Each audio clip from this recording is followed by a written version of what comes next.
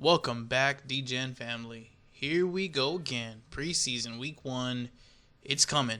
I can feel it. I can feel it in my girdles or whatever they're called.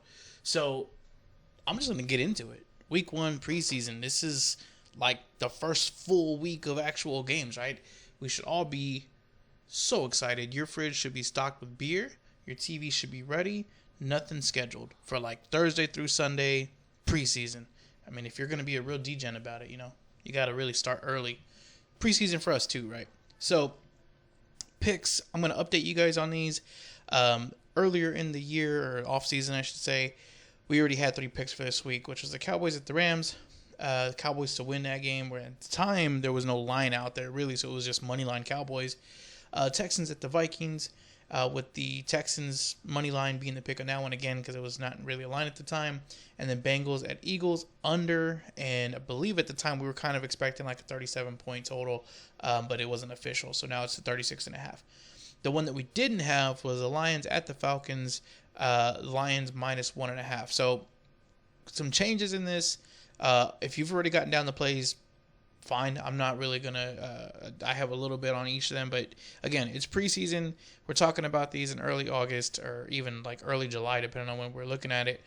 So I wouldn't expect anybody to put like thousands of dollars down on any of these preseason picks, but the one that I'm backing off of or trying to hedge off of at this point right now is that Texans game. By all means, they may still win. The Vikings are still really not a team to take preseason super serious.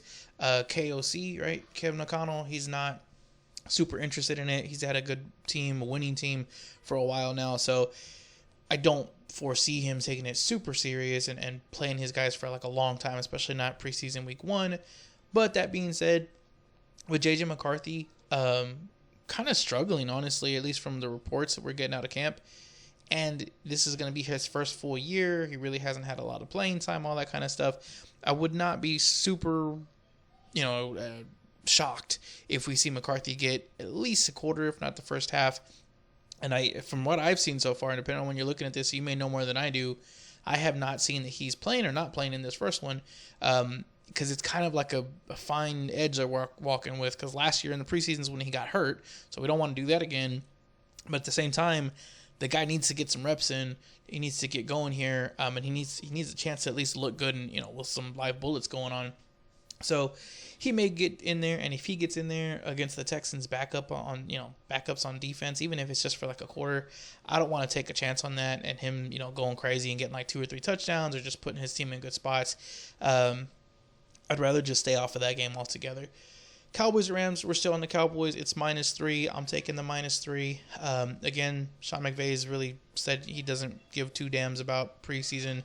I don't expect that to change at all. As far as his quarterback situation, stuff like that, we're already getting like, Stafford has a sore arm and the throwing arm isn't too great and whatever it is. So I really fully do not expect to see the starters at all in that Rams game. The only thing that I'm still kind of looking for and just a little hesitant on with the Rams is if they change the coaching. Like last year, if you don't remember, Sean McVay took a game off. He gave it to like one of his coordinators to call the game. They won that game. They did better than the ever done with Sean McVay. So still kind of be on the watch for that. Other than that, though, I really like the Cowboys in that first game. Also, the Cowboys lost last year to the Rams in this same setup. And so I wouldn't be surprised if Brian Schottenheimer comes out here and he tries to get the win. And we just kind of go like a back and forth, like 1 year they win, 1 year they win kind of deal. So that's still on the table. Bengals at Eagles. Again, I had it lined at about 37. Honestly, and I don't remember if this came out in the video or not, my numbers say that we could take this really all the way down to like 33, 32.5 even, depending on where, what the VIG is on it. 37 is what I expected it to be. 36.5 is what it came out at with Bookmaker.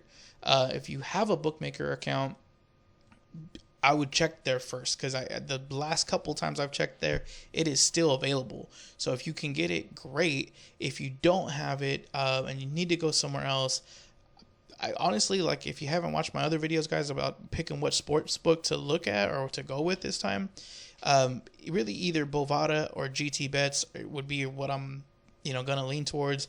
But I will say Bovada, like I said in the video previously, it's the easiest one to work with. And this time of year, when you're trying to get your bankroll going, you maybe have some other things going on, bills or whatever, before NFL really kicks off, probably the easiest to work with as far as like not doing any bonuses, get your money in, win your money, get it back out. So if you have to choose, I would go with Bovada for that one. It is at 35.5 there at Bovada, just like it pretty much is everywhere else. DraftKings, GT, BetDSI, wherever else you can think of, it's 35.5 pretty much across the board. So I still like it. Like I said, I would really like it all the way down to 33 even.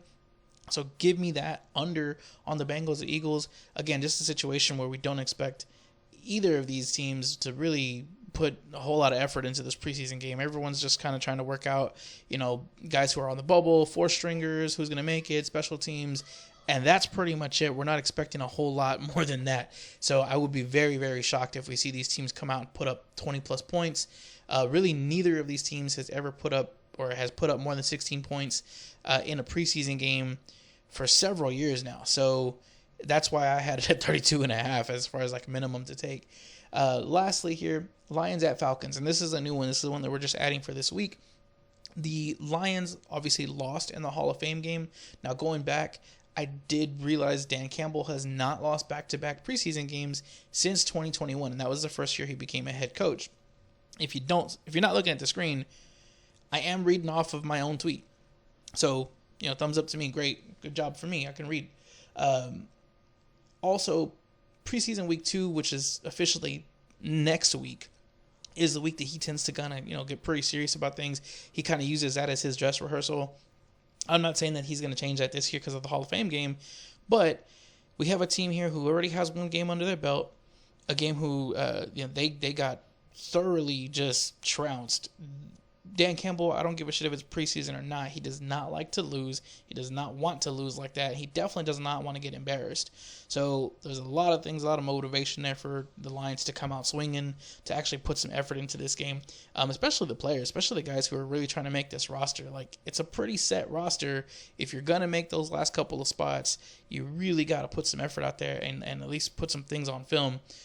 Lastly, though, on the flip side of this, the Falcons, as we've mentioned before, are actually 0-3 under Raheem Morris as far as preseason goes. So I don't really expect them to take it super serious. Now, they are one team that has already come out and said, our guys, our quarterbacks, our starter and sub are not getting any time in this preseason game. They've already said Penix is out, Kirk Cousins is out. So that at best, they're going to be starting their third stringer. Again, with the Lions, I'm not telling you that Jared Goff and, Amon-Ra St. Brown and all these other guys are going to come out and play a whole bunch of minutes, but it may be a drive. It may not be at all. Either way, though, I think that team as a whole is going to take this game a lot more serious, and they're a little bit more fine-tuned. They've been in preseason they've been in training camp for just a little bit longer because they had to play that Hall of Fame game, and they have some live game reaction already. So give me the Lions in this game, and it's only a 1.5 point spread. Give me the Lions minus the 1.5 for this game. A lot of signs all pointing towards Dan Campbell having a great showing and the rest of his team, obviously, in this particular week. 2 announcements here. Number 1, I am putting out a stat of the day for as long as I can. I hate to give you guys filler.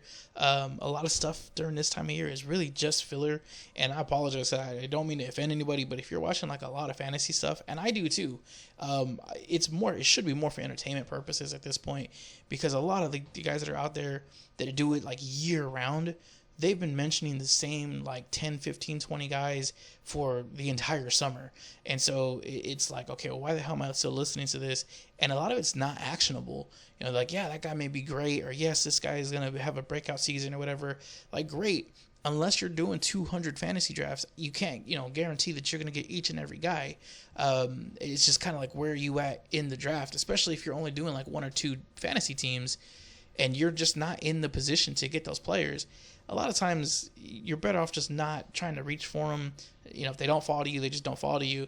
So I'm trying to avoid filler and giving you guys a bunch of inactionable stuff. I want these stats to mean something. So if you can, follow me at Twitter or X at AGSports21. And we actually have the new logo, obviously, Gambling Gazette. So you should be able to search it that way. And then last thing here, guys, I've mentioned it before. I am going to have a newspaper coming out in my local area. Some stuff that we talk about here on the YouTube channel, other stuff that's going to be completely separate. But I will be trying to post that, either the PDF or like breakdowns, either in Twitter or somewhere else that I can get that out to you guys. I want to make sure it's as accessible as possible. At some point, I do want to have a website in there. Just haven't found the right host for it just yet. So those things are all going on. And then lastly, there's one last thing I need to announce here. This episode and probably the next few here are being brought to you by Bovada. I did not lead off with that, and I probably should have. But I didn't lead off with it because it's not official just yet. I'm still waiting on some links and things to come in. But it looks like Bovada and Bookmaker are going to be nice enough to kind of get with our program here. And hopefully, you guys will support us through that and help the channel keep going, keep growing. Again, everything's free. Obviously, I'm not asking for anything, but if you don't have a book or if you need to get something, you want to get a new player bonus, and you've never registered for those guys, definitely take a look at them. They're two of my favorites. Like I said earlier, it's not just because they're sponsoring, but Bovada is just one of the easiest books to work with, guys. And it's just from experience over the last few years, it really is not a better choice as far as just being able to get your money in, get your money out, and not, kind of mess around with a whole bunch of jumping through hoops and stuff. So thank you again, guys. I appreciate it. The link to Bovada, assuming I get it here soon, will be in the description. So again, please take a look at that. You can get a $750 bonus signing up through them. And guys, have a great day, a great preseason week 1, and everybody go out there and make some damn money.